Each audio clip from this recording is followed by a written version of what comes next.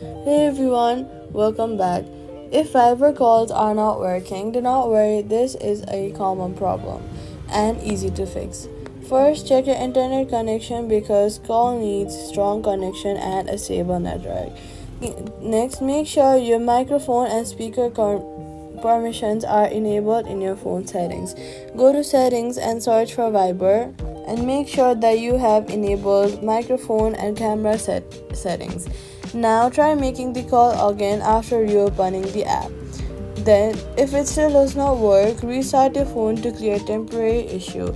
Make sure your Viber app is updated as well. Go to the App Store, search for Viber, and make sure to update the app to the latest version. If it still does not work, also check if your device volume is not muted. Now your Viber call should work smoothly again. Thanks for watching and see you in the next guide.